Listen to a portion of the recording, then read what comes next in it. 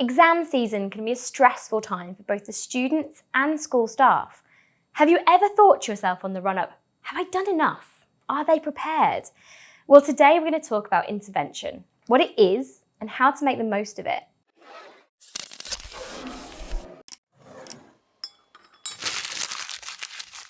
Hi everyone, I'm Natalie from My Progression, and this video is just the first in a series about intervention.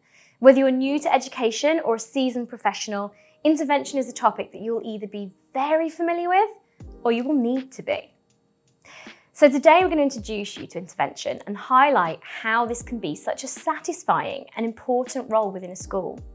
This is a vast topic, so after this introduction, we're going to go through what makes a good intervention lesson, types of intervention, and intervention from a child's perspective. So what is intervention? Let's break it down by what we really mean by intervention.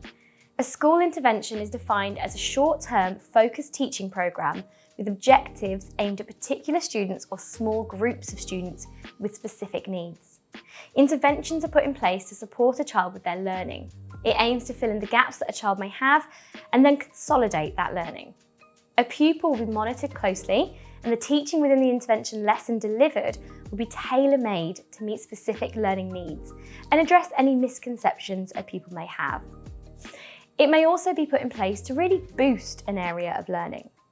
So for example, some children who may be struggling with reading comprehension may access booster or intervention classes for reading.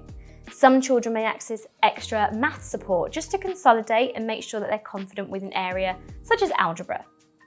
You may have heard intervention groups referred to as booster groups. Once a child has made progress, they may be taken off the intervention as they may no longer need it and then can work alongside their year group. Evidence shows that disadvantaged children generally face additional challenges in reaching their potential at school and often don't perform as well as other pupils. These children may receive pupil premium if they're eligible. Pupil premium is funding to improve education outcomes for disadvantaged pupils in schools in England, and it would often be these children who would access intervention or booster groups. When is it needed? Interventions will mostly be used in the run-up to exams like SATs and GCSEs, but they can happen at any point in the school year if there is a need. Intervention groups will generally take place within the school day and may be run by a teacher, an HLTA or a TA. It's the class teacher's responsibility to decide who needs what in terms of intervention. The teacher will have identified the children they think would benefit, and then they'll work with the intervention teacher to ensure the best outcome. It's important that the teacher and intervention teacher position these sessions as positive activities for the children. And if positioned in the right way, the children might be excited to be going out to do something different for a while. They should be made to feel that it's important and special. These are children who need a boost, so you need to encourage and nurture their love of learning. And if you don't, it can have the opposite effect where they dread the extra support. Working with a small group of children, whatever their age, allows you to get to know them a little bit more because you've got more opportunity to talk to them. The aim of the intervention is to make the children secure in their learning, to identify the issue, revisit past learning, and build upon it to ensure that the child does understand.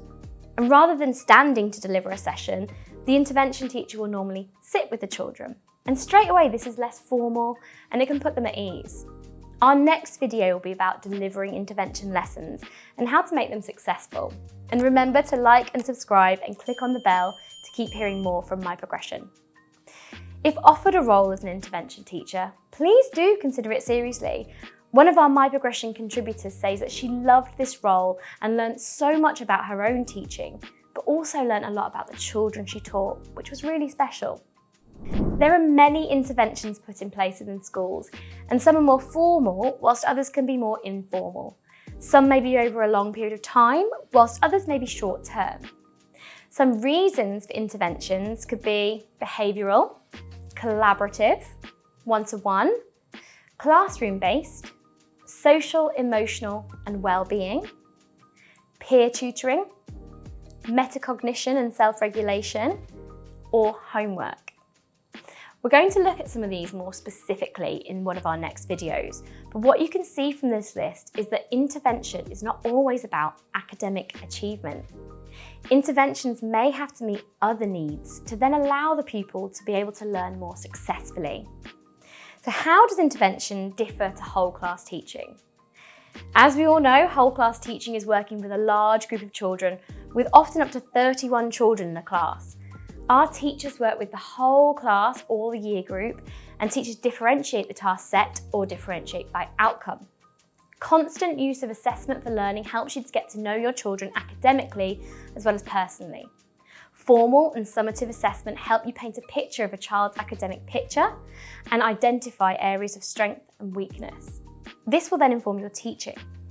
However, there are times when you as a class have to move on with the learning, but you're aware that some children could do with consolidating further. It's these children that you'll want to access intervention.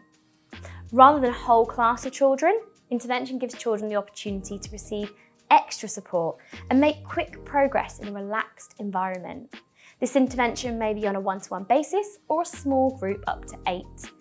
This allows focus and attention on specific areas in a safe and nurturing environment. Interventions can occur in any year group at Key Stage 3 and higher for any subject. As I mentioned earlier, you don't have to be a qualified teacher.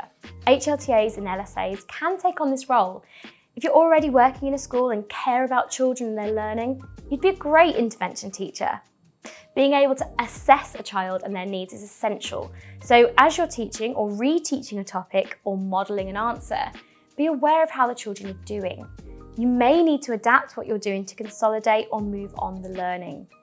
We'll address this in our next video, but in an intervention lesson, the aim is to make the child feel secure and confident in what they're doing. Praise, praise, and more praise. For some more information on keeping your language positive, check out our other video, Should We Stop Saying No?